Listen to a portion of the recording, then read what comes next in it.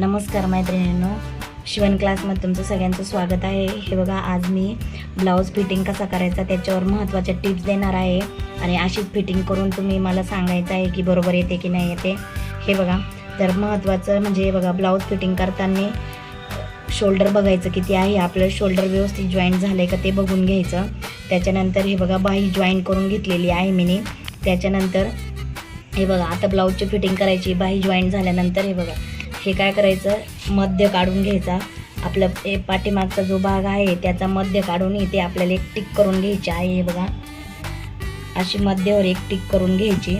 त्याच्यानंतर टिक केल्यानंतर बरोबर आपण इथेच हे ठेवायचं आहे ब्लाऊजचा। हे बघा, हा मध्य झाला आपल्या ब्लाऊजचा।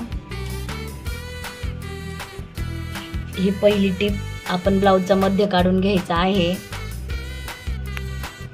त्याच्यानंतर हे बघा, बाही बरोबर जॉईंट झाली का नाही ते अशी बाही हे करून बघायची। बघा, अशी बाही जोडून बघायची आपली बरोबर आहे। त्याच्यानंतर हा खालचा भाग बघायचा आहे। बघा, हे बघा बरोबर आहे। आता हा आपण डायरेक्ट फिटिंग करणार आहोत। तर हे बघा, मी पहिले असं उलटा करून घेतलेला आहे।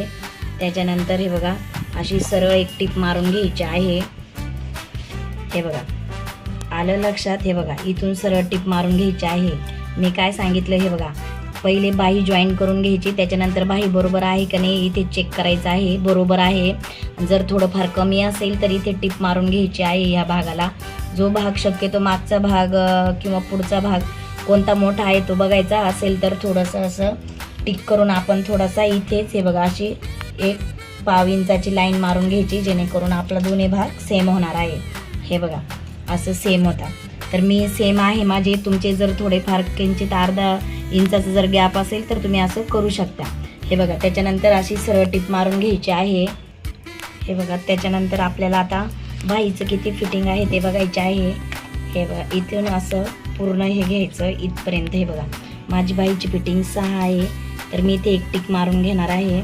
त्याच्यानंतर आपल्याला कटोरीची पण टिक करून घ्यायची आहे। हे बघा, आता ही आपली हुक बटन, हे बघा, आईची बाजू आहे, तर ही आईची बाजू एक्स्ट्रा असते।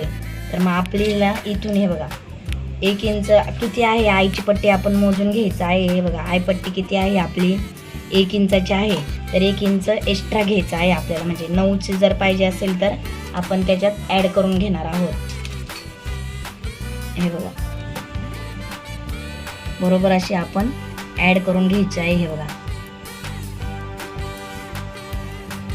हे बघा, मी 10 वर इथे टिक केलेली आहे।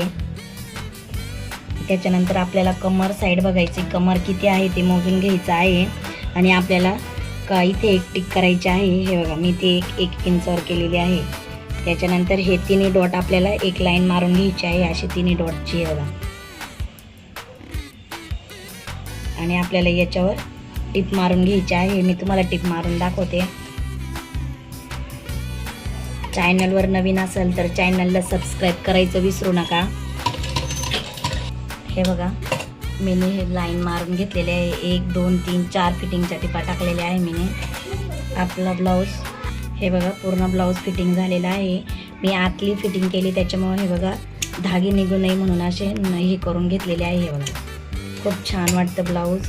हे बघा, आणि आपली फिटिंग करून झालेली आहे, पूर्ण ब्लाऊज रेडी झालेला आहे। व्हिडिओ बघितला